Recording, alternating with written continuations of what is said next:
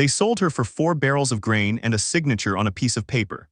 That was the price of Lady Elira Ashgrove, 19 years old, daughter of a house that had already spent every coin, every favor, and every ounce of dignity it once had. Her father did not look at her when he signed the marriage contract. He looked at the grain. The man she was being given to was known across the kingdom by one name only, the Cold Duke. 3 women had been sent to marry him before her. 3 carriages had returned empty within a month. The brides never speaking of what happened in that northern castle, their families paid handsomely to stay silent. The servants whispered that he did not shout, did not strike, did not even raise his voice. He simply looked at a person once, decided they were unworthy of his time, and erased them from his life as if they had never existed. Elira was told she would be the 4th. She did not cry when the carriage doors closed behind her. She had run out of tears the night her mother died and her father remarried within the season. She only pressed her palm flat against the cold window glass and whispered to herself the one thing she still owned, the one thing no one could sell: I will not be erased.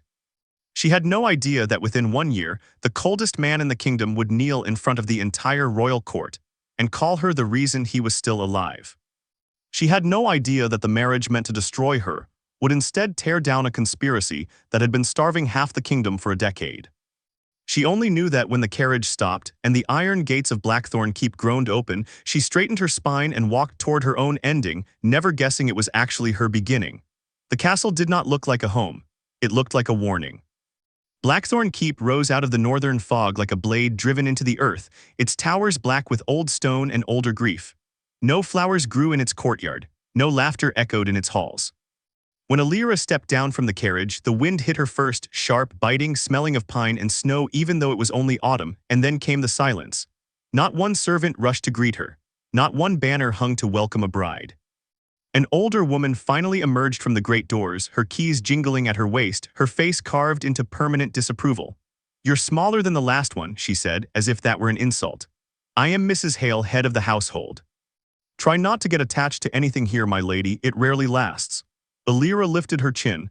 "I don't intend to get attached to anything, Mrs. Hale. I intend to survive it."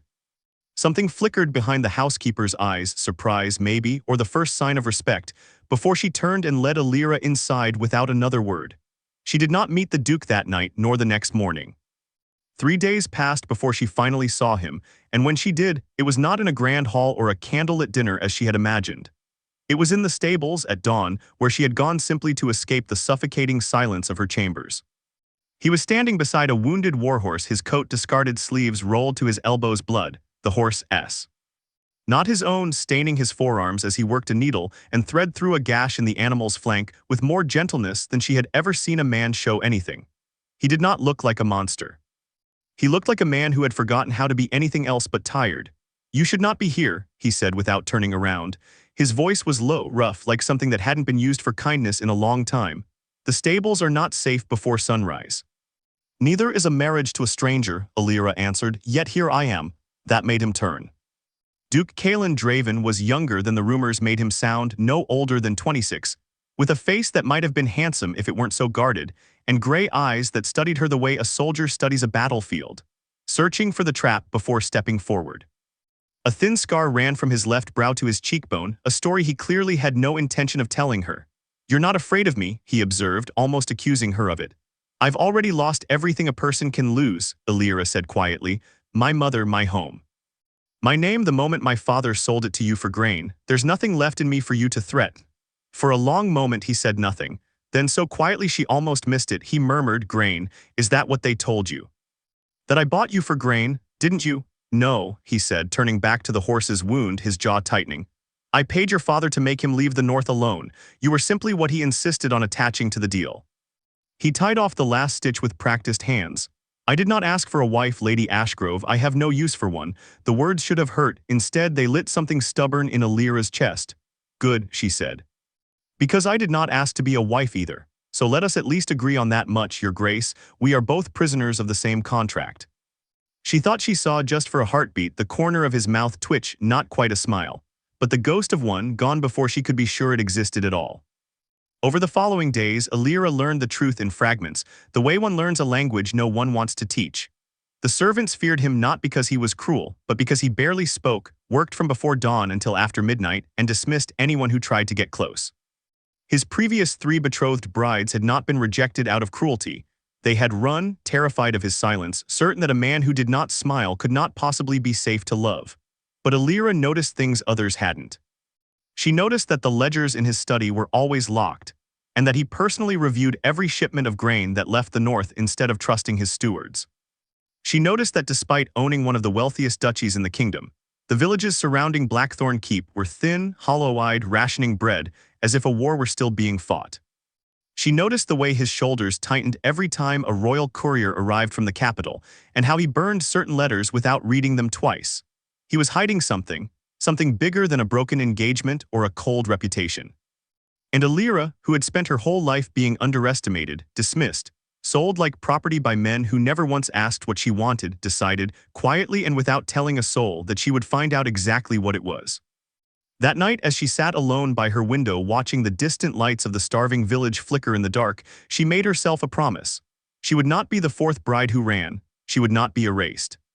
She would understand this cold, guarded man before she let herself be afraid of him, because somewhere beneath the ice, Elira Ashgrove was beginning to suspect that Duke Kaelen Draven was not the villain of this story at all. She was about to find out she was right. And that realization would cost both of them far more than either could yet imagine.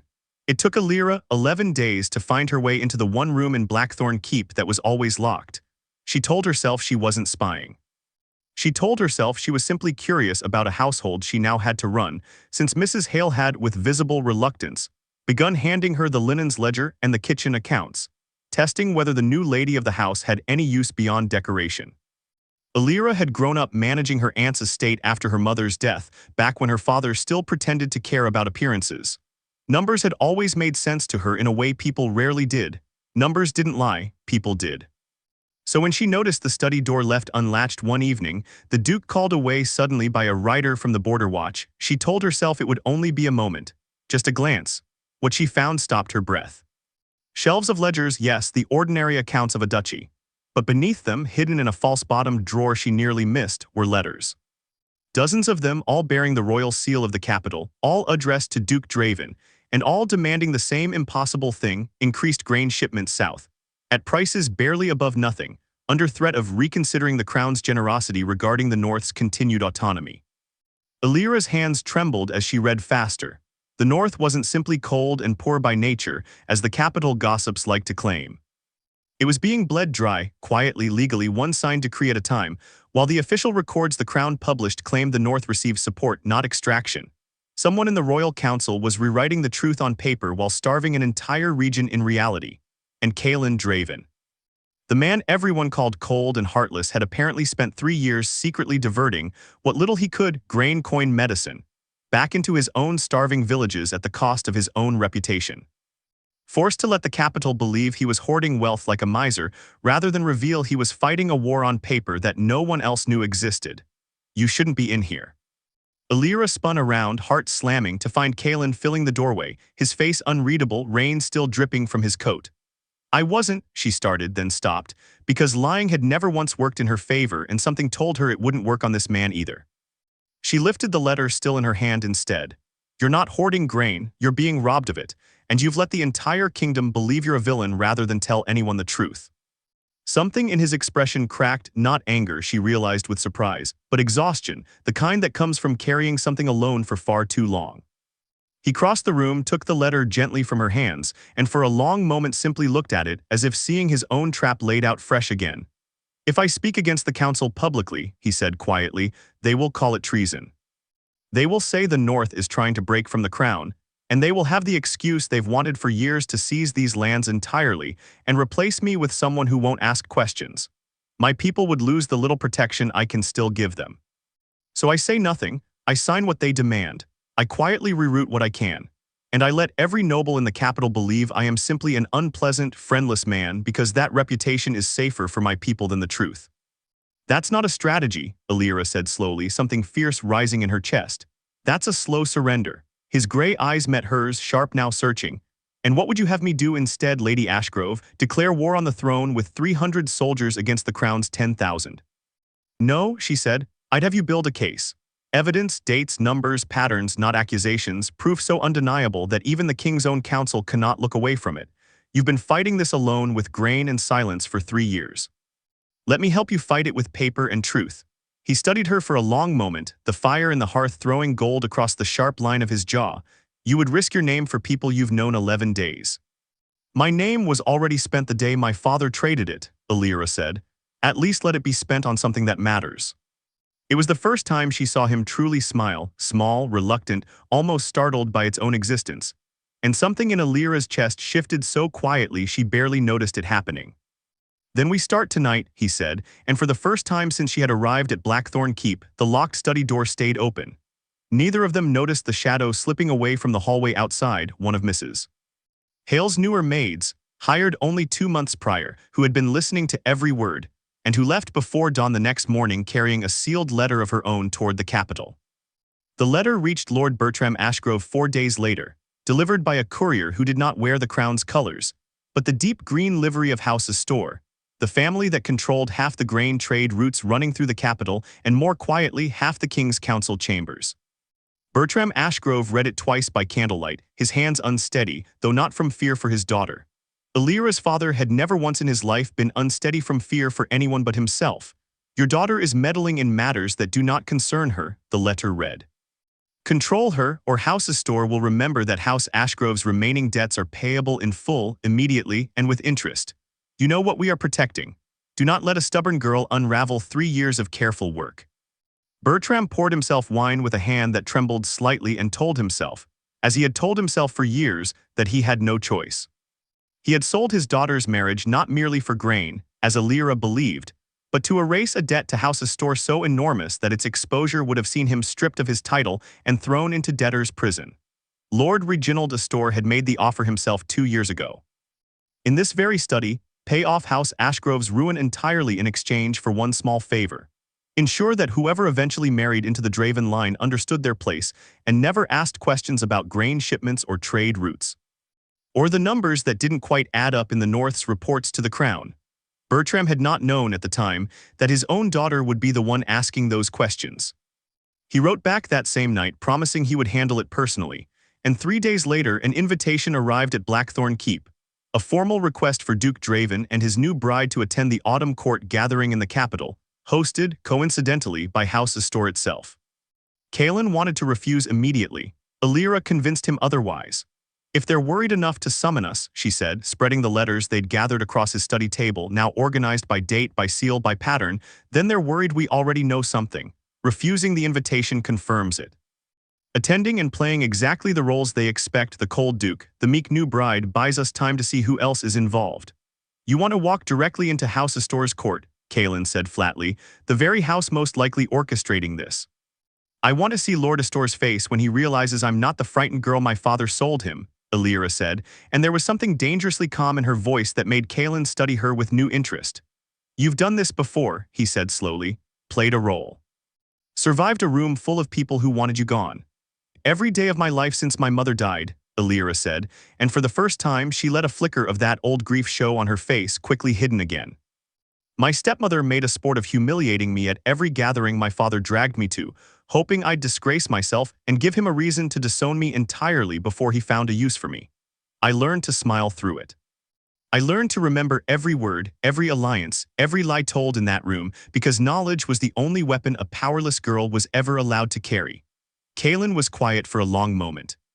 Then unexpectedly he reached across the table and closed his hand gently, deliberately over hers. "You are not powerless anymore, Elira," he said, using her given name for the first time since she'd arrived. "Whatever happens in that capital, you will not walk into that room alone. Not this time." It was such a small thing, that hand over hers, that quiet use of her name, and yet Elira felt it land somewhere far deeper than she expected, somewhere she had sealed shut the night her mother died and never dared reopen. She pulled her hand back first, unsettled by her own reaction, and busied herself with the letters instead. "Then let's make sure we walk in prepared," she said, voice steadier than she felt. "Because if House Astor is bold enough to threaten my father over this, your grace, they are hiding something far larger than grain." Neither of them yet knew how right she was. 3 days later, a second letter arrived at Blackthorn Keep, this one unsigned, slipped beneath the study door sometime in the night by a hand no one saw. It contained only a single line, written in careful, deliberate script. "Ask your husband what happened to his brother." Elira did not show Kaelen the note immediately. She sat with it for 2 full days, turning the 7 words over in her mind, watching him across dinner tables and study desks for any flicker of a truth he hadn't told her, aware, with a strange, quiet ache, that she had begun to care whether he trusted her enough to explain it himself rather than being forced. He never mentioned a brother, not once in 3 weeks of shared meals and shared secrets and shared silence. And Mrs. Hale, usually so willing to gossip about the household's history when it suited her, went rigid and changed the subject entirely the one time Elira gently probed.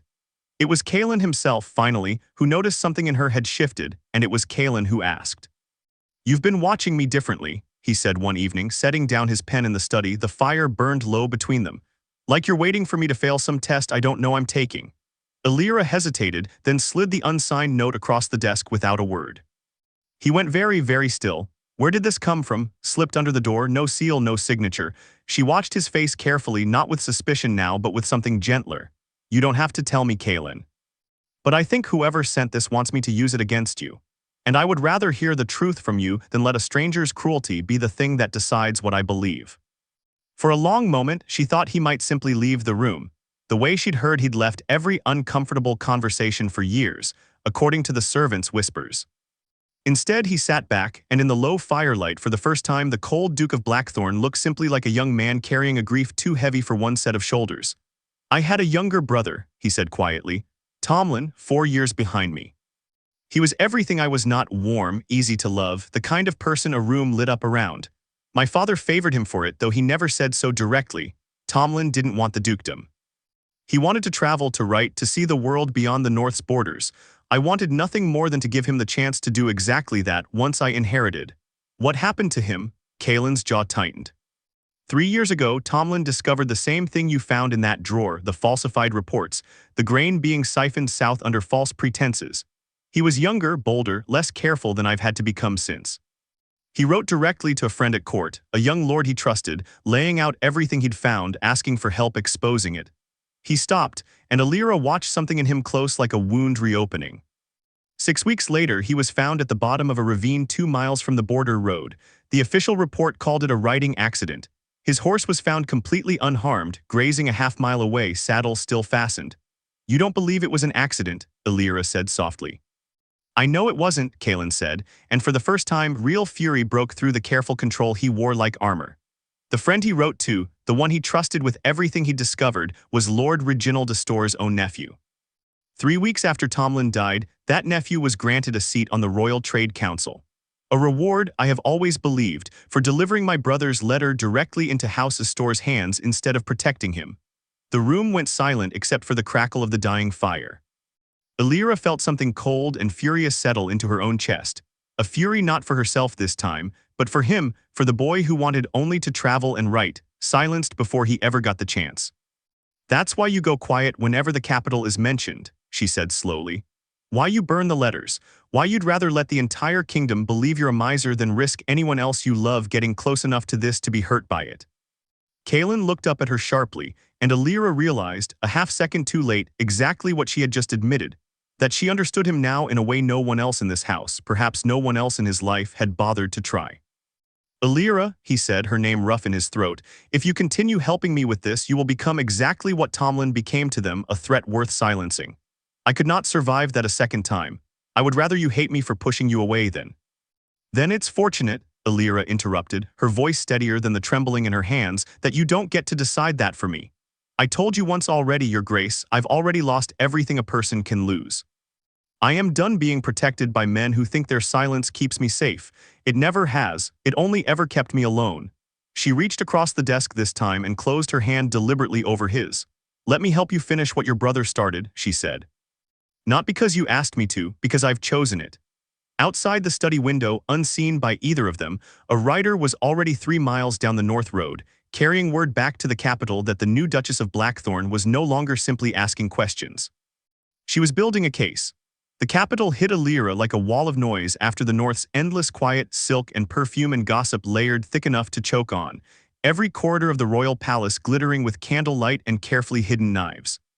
She wore green that evening, deliberately, the exact shade of House Astor's livery, a small, silent message that she had noticed exactly whose colors had been sent to threaten her father. Kaelen, beside her in formal black, offered his arm at the ballroom doors with a look that asked silently, "Are you certain?" She answered only by lifting her chin and stepping forward. The room noticed them instantly. Of course it did. The Cold Duke appearing at court for the first time in 2 years, with a bride no one expected him to keep past the season. Whispers rippled outward like water disturbed by a stone. Lord Reginald Astor found them within the hour, exactly as Elira had predicted he would. He was an elegant man, silver-templed, with the kind of warm smile that had clearly opened a great many doors it had no right to open. "Duke Draven," he said smoothly, "and the new Duchess, what a pleasure. I hear congratulations are in order, Lady Ashgrove, or should I say Lady Draven now?" "You should say exactly what you mean, my lord," Elira said, matching his smile precisely, "the same way I intend to." Something flickered behind Astor's eyes, recalculation, she realized with quiet satisfaction. He had expected the frightened, meek bride her father had promised him. He was getting someone else entirely. "Your father speaks so fondly of you," Astor continued, testing. "He mentioned you've taken a keen interest in your husband's ledgers, unusual for a lady so recently married."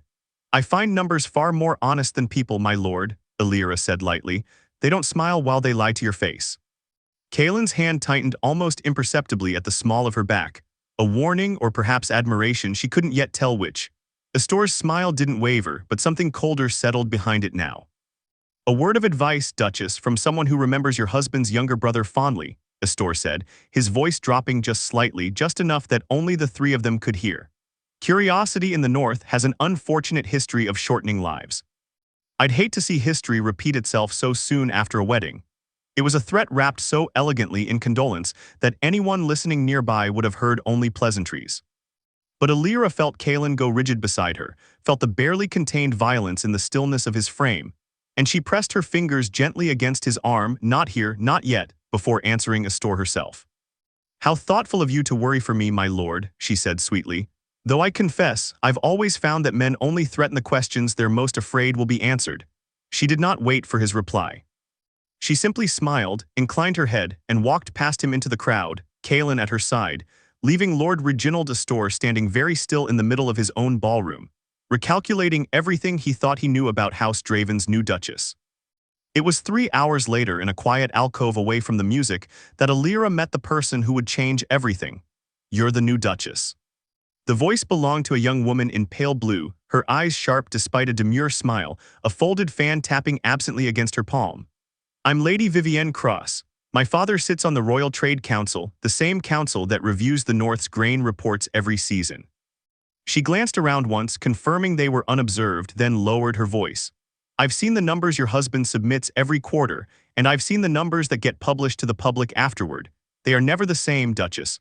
Someone changes them between his office and the king's desk." Elira's pulse quickened. "Can you prove it?" "Not alone," Vivienne said.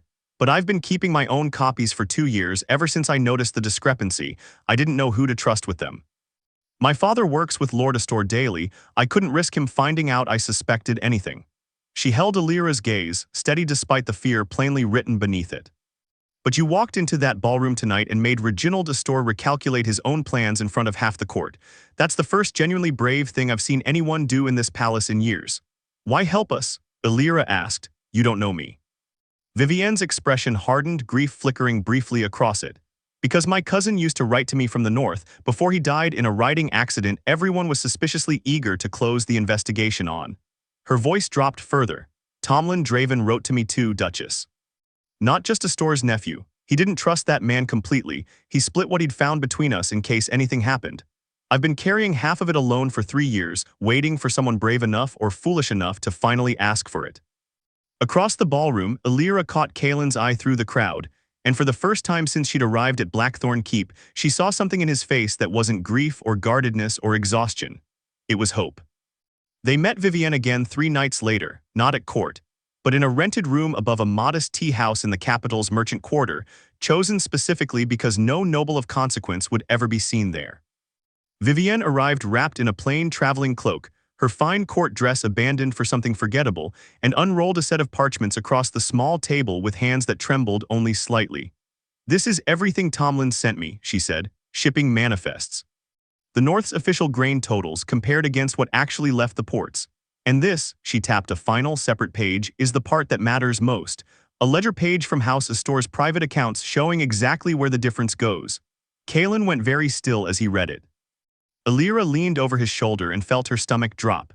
The grain wasn't being wasted or hoarded or even simply stolen for profit as they'd assumed. It was being sold quietly at triple the market price across the eastern border to the kingdom of Vantris. The very kingdom the crown had fought a costly, bitter war against only 12 years earlier. A kingdom with which the current peace treaty explicitly forbade any trade of grain, weapons, or military resources under penalty of treason. Astor isn't just skimming the North's harvest for personal wealth, Kaelen said slowly, the pieces finally locking into place after 3 years of confusion. He's feeding Vantris, building goodwill or a debt or an alliance with a kingdom the crown considers its greatest enemy. Which means the starvation in the North isn't incompetence or greed alone, Elira added, horror creeping into her voice. It's deliberate. Every family going hungry in your villages is paying the price for a war Astor might be quietly preparing to restart, or a betrayal he's preparing to sell to the highest bidder. And Tomlin discovered it, Vivienne said quietly, grief thick in her voice. 3 years before either of you did, he wasn't naive, whatever the court believed about him. He was brave enough to look, and it cost him his life before he could tell anyone who mattered. The three of them sat in silence for a long moment, the weight of it settling over the small room like smoke. This is enough, Kaelen finally said, his voice low, rough with a fury he'd clearly buried for years. This is enough to bring to the king directly. It's not, Elira said, and both of them turned to her, startled by the certainty in her voice. Think about who Astor is. He didn't build this network alone in 3 years. He built it over decades with allies in the Trade Council, informants in noble households. Her voice caught slightly, including, I now believe, my own father. If we bring loose parchments and a grieving duke's accusations to the king's court, Astor will simply claim forgery, grief-driven delusion, or a jealous rival's plot. He has spent years building his reputation specifically so that his word outweighs ours. We need more than proof. We need it delivered in a way he cannot spin, cannot bury, and cannot silence before the whole court sees it clearly. What do you propose? Kaelen asked. Elira looked between the two of them, something steady and fierce settling into her expression, the same look Kaelen realized with a strange ache in his chest that she'd worn the very first morning in the stables, when she told him she intended to survive rather than run. We let him believe he's already won, she said. We stop investigating publicly. I'll write to my father, thank him for the match, play the dutiful, distracted new wife the way he always wanted me to be. You return to quiet, distant Duke Draven, exactly the reputation Astor is comfortable with. And underneath all of it, we finish building the case so completely, with so many independent sources, that when we finally present it, at the one event Astor cannot control or dismiss, there will be no room left for him to lie his way out. What event? Vivienne asked. Elira's smile was quiet and colder than either of them had yet seen from her. The King's Harvest Tribunal, she said. The one ceremony each year where every duchy in the kingdom must publicly present their grain totals directly to the throne, in front of the full court, with no council intermediary standing between the numbers and the king's own eyes. She looked at Kaelen. You've avoided attending for 3 years, haven't you? Sent stewards in your place to avoid Astor's questions. Kaelen nodded slowly, already seeing where she was leading. If I attend this year personally, then Astor cannot intercept, alter, or bury your numbers before they reach the king, Elira finished. And if we time it correctly, Vivienne's father, who sits on the very council that verifies those numbers, will be standing close enough to witness whatever we choose to reveal, unable to later claim he saw nothing. Vivienne's breath caught. The tribunal is in 11 weeks. Then we have 11 weeks, Elira said, to build a case that doesn't just accuse Reginald Astor of theft, but exposes him, in front of the entire kingdom, as a man quietly arming its greatest enemy while starving his own people to pay for it. Kaelen reached over and took her hand, openly this time, without hesitation, without the careful distance he'd guarded for weeks. Tomlin spent his whole life wanting to be brave enough to matter, he said quietly. I think, Elira, you may have just given him a chance to matter after all. Outside the tea house window, the first snow of the season began to fall over the capital, soft, quiet, and utterly unaware of the storm now quietly gathering beneath it. The 11 weeks that followed were the busiest of Elira's life, and she realized with quiet surprise somewhere around the 4th week, the first weeks in years she had felt genuinely, fiercely alive. She and Kaelen worked side by side deep into every night, cross-referencing Vivienne's smuggled ledgers against Blackthorn's own harvest records, building a timeline so thorough it could withstand any accusation of forgery or exaggeration. Vivienne, meanwhile, quietly gathered corroborating testimony from two other border duchies who had noticed similar discrepancies but lacked the courage or the evidence to speak up alone. It was during the 9th week that the first crack appeared, and it came from somewhere none of them expected. Elira had sent for Blackthorn's senior steward, a soft-spoken older man named Corwin who had managed the estate's outward-facing accounts for nearly 15 years, intending only to verify a set of routine shipping dates against Vivienne's records, instead cross-referencing the numbers late into the night. She noticed something that made her blood run cold. 3 shipment dates, each occurring within days of a private letter Corwin himself had sent to the capital letters she only found because she'd begun out of habit, now checking the household's outgoing correspondence log misses. Hale kept for postage costs. She brought it to Kaelen at once. "He's been reporting our movements," she said, spreading the correspondence log beside the shipment dates. "Every time we made progress, meeting Vivienne, requesting older records, even scheduling our attendance at this year's tribunal, a letter went out from this house within 2 days, addressed to a merchant house in the capital that Vivienne's own research ties directly to a store's shipping network." Kaelen's expression went dark and still in a way Elira hadn't seen since he'd spoken of Tomlin. "Corwin has served this house since before I inherited the title. My father trusted him."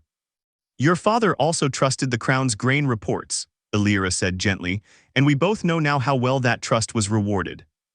They confronted Corwin together the next morning, and the old steward, to his credit, or perhaps simply his exhaustion, did not bother denying it once the correspondence log was laid in front of him. "They came to me 2 years before Tomlin died," he admitted, his hands shaking, refusing to meet Kaelen's eyes. "Small requests at first, confirm shipping dates, note when the Duke traveled. I told myself it was harmless information, not sabotage." He swallowed hard. "By the time I understood what they were truly using it for, I was already too afraid of what they'd do if I stopped. They pay very well, Your Grace, and they threaten very effectively. I am not brave like your brother was. I never claimed to be."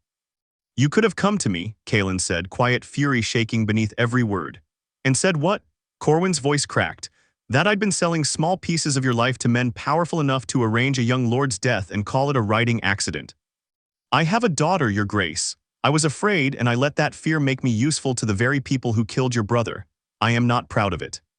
But I am telling you everything now, while there is still time for it to matter, because I would rather die honest than continue living as their tool." It was Elira, surprisingly, who spoke next, her voice steady despite the anger still burning in her chest. "Then prove it," she said.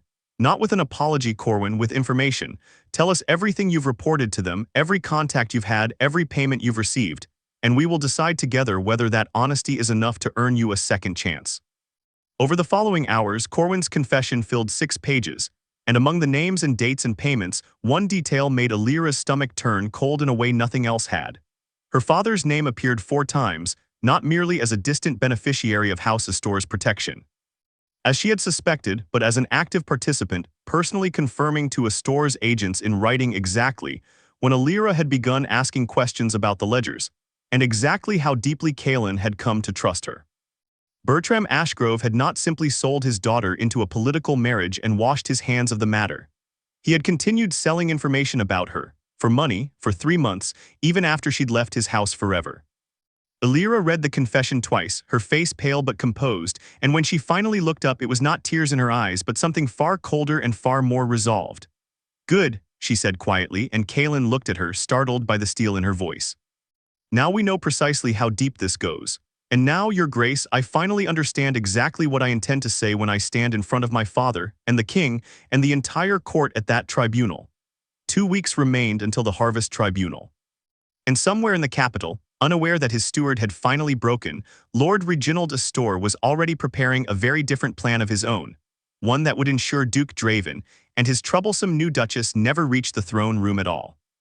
The letter arrived 4 days before they were due to depart for the capital, sealed not with House Astor's crest, but with the royal seal itself, an official summons that made Kaelen's blood run cold the moment he broke it open. "By order of His Majesty's Council, Duke Kaelen Draven is hereby summoned to appear before an emergency inquiry regarding suspected irregularities in the North's grain reporting over the past 3 years. This inquiry shall take place privately, 2 days prior to the scheduled Harvest Tribunal, before a panel selected by the Royal Trade Council. They're moving first," Kaelen said, reading it a second time as if the words might rearrange themselves into something less dangerous. A private inquiry before the public tribunal in front of a panel a store controls. If they find me guilty there in private before we ever reach the throne room, then it will already be settled as fact by the time the public tribunal begins, Elira finished, her mind racing.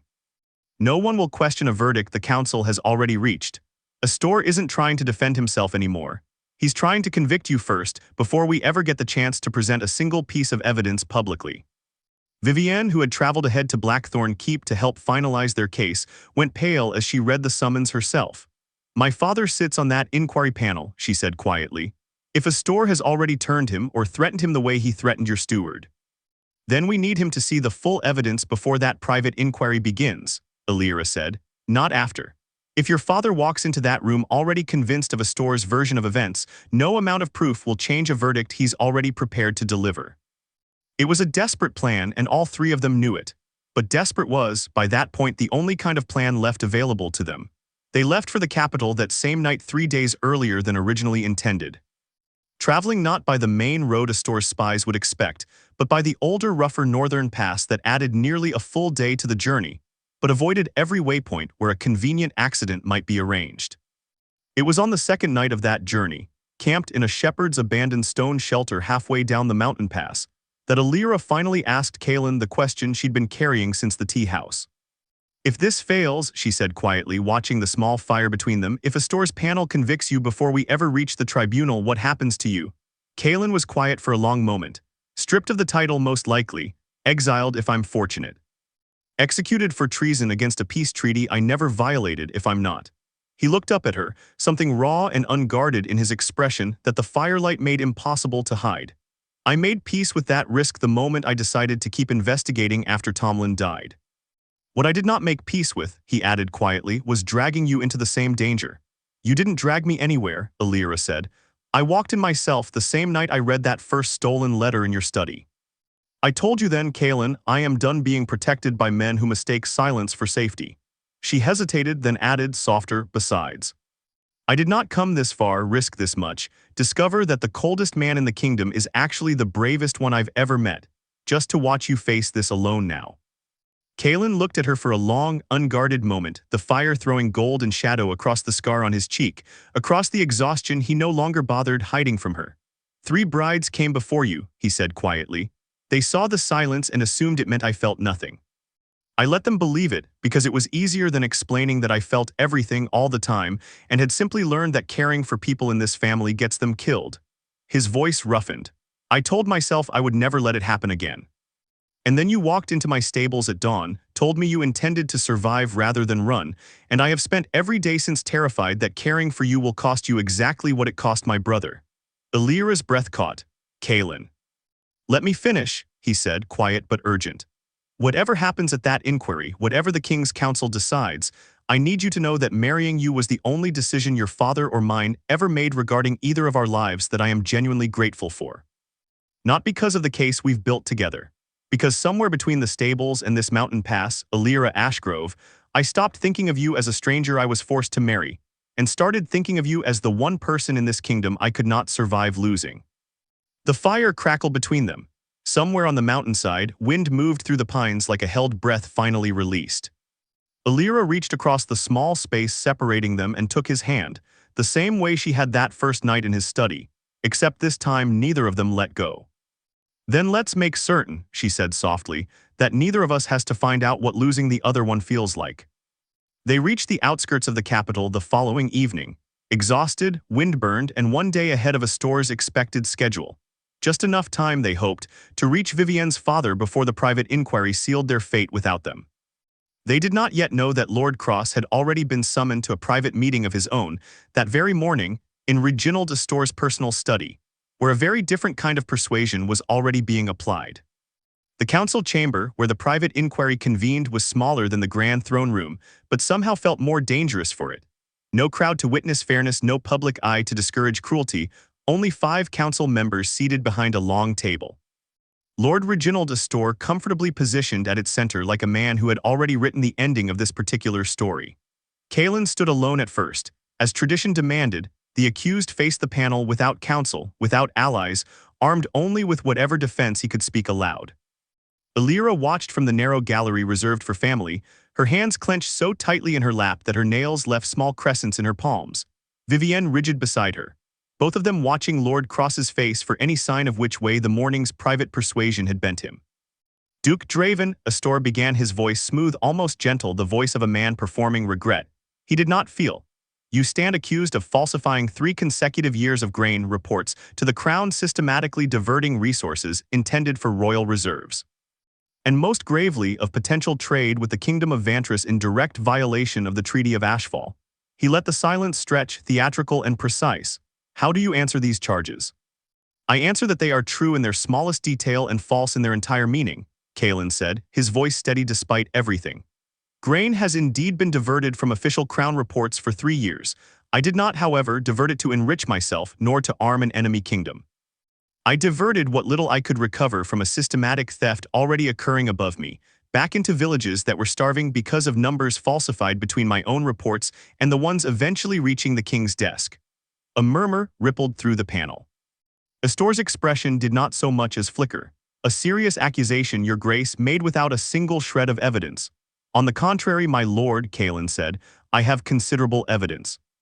I simply intended to present it publicly, before the full tribunal and the king himself, not privately, before a panel whose chairman has a considerable financial interest in ensuring that evidence never sees daylight. The chamber went very still.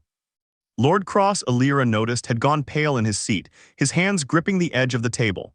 That is a grave accusation to make against this panel, Duke Draven, Astor said, his voice cooling now, the mask beginning to slip at its edges.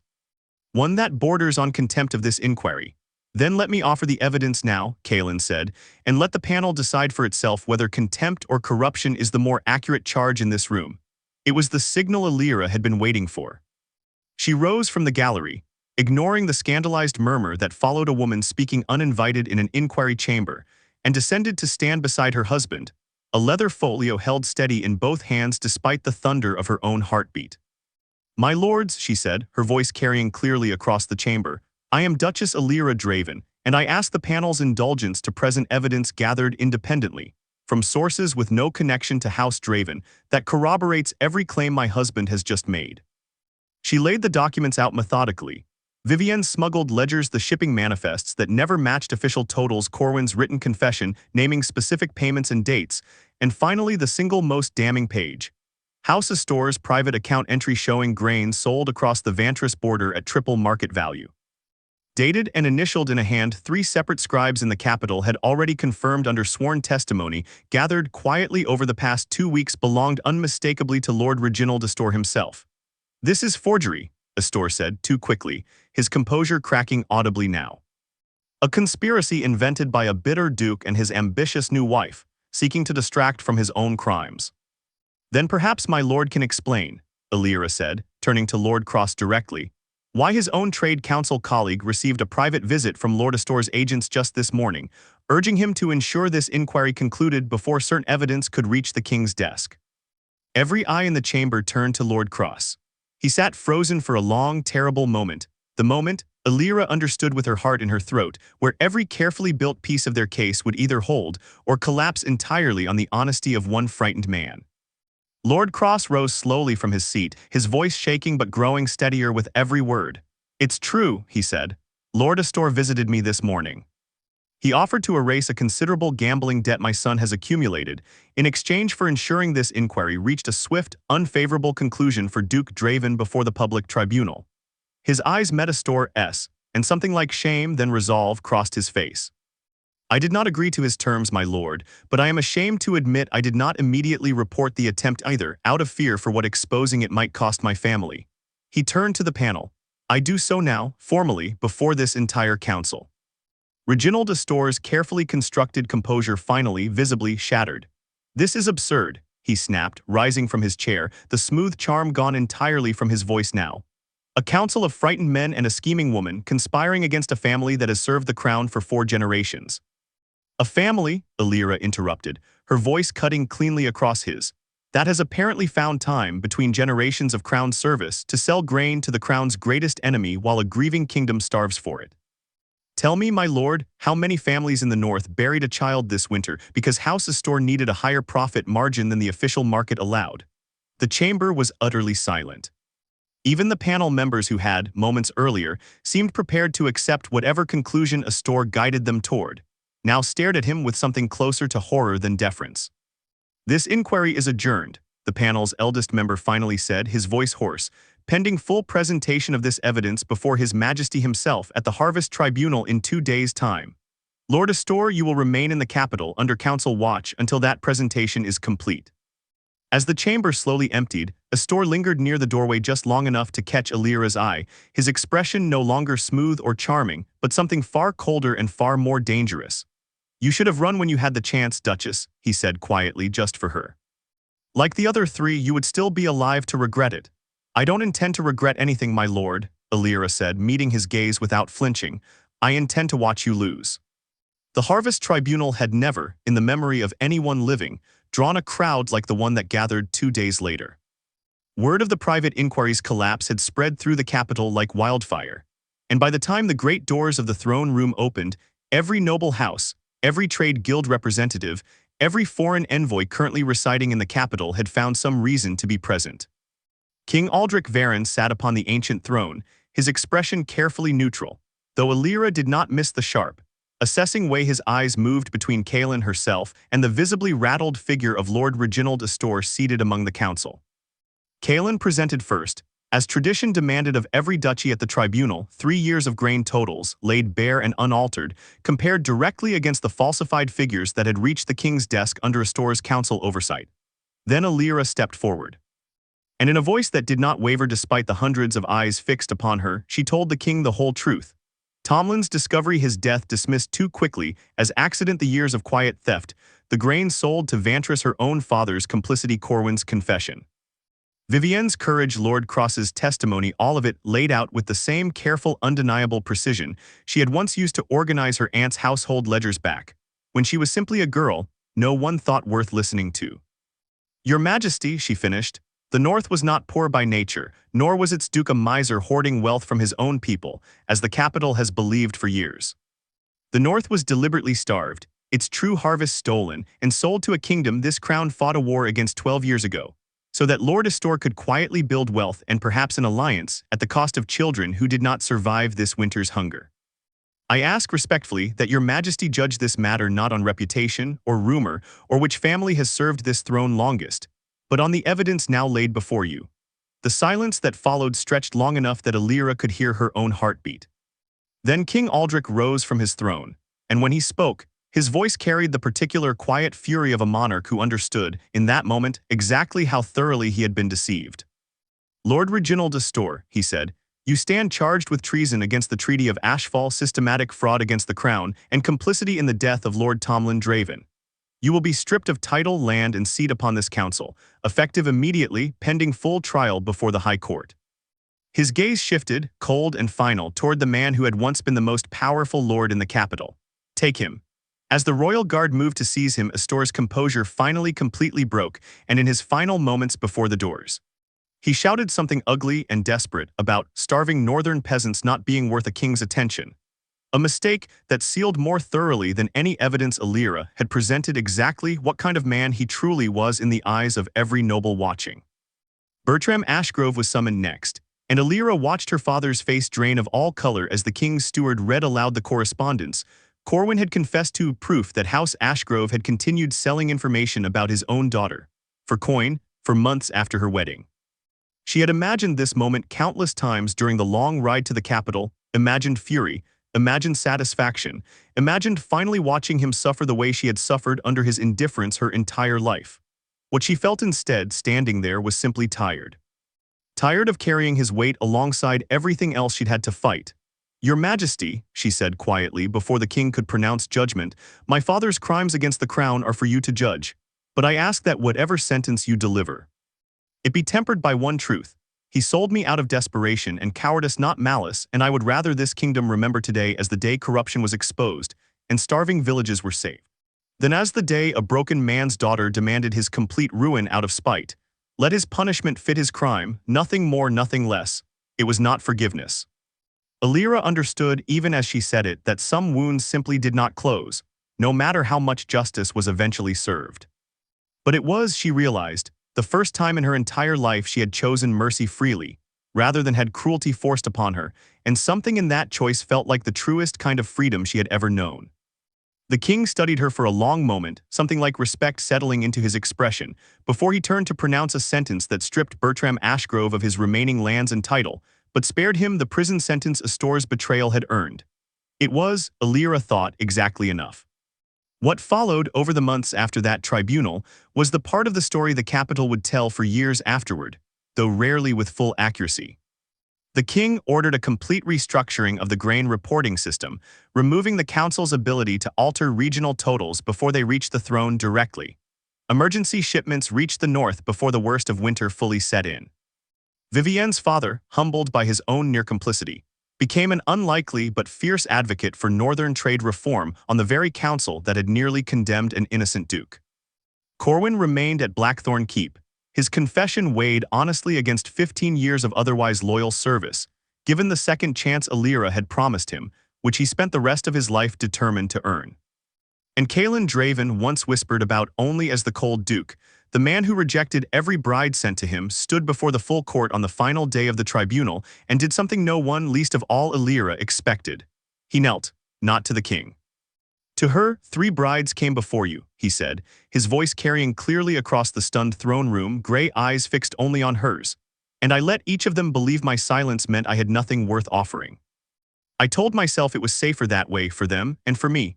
Then a girl who had already lost everything a person can lose walked into my stables at dawn and told me she intended to survive rather than run. She did more than survive, Elira. She rebuilt a kingdom's broken trust, freed a household that had lived under fear for years, and gave my brother's death the justice I spent 3 years too afraid to seek alone. His voice roughened, unguarded now in front of the entire watching court. I did not marry you because a contract demanded it. I am asking you now, in front of everyone who once called me too cold to love anything, to stay, not because a piece of paper binds you to me, but because I cannot imagine building whatever comes next without you beside me. The throne room was utterly silent, hundreds of the kingdom's most powerful nobles watching a man once famous for feeling nothing, kneeling in front of all of them, feeling everything. Elira crossed the small distance between them, knelt down until she was level with him, and framed his face gently in both hands. The same hands that had once trembled reading stolen letters in a locked study that had once organized ledgers no one thought a girl capable of understanding that had in the end helped rewrite the fate of an entire kingdom. I told you once we were both prisoners of the same contract, she said softly, only for him, though every ear in the throne room strained to hear it. I don't feel like a prisoner anymore, Kaelen. I haven't for a long time now. Then what do you feel?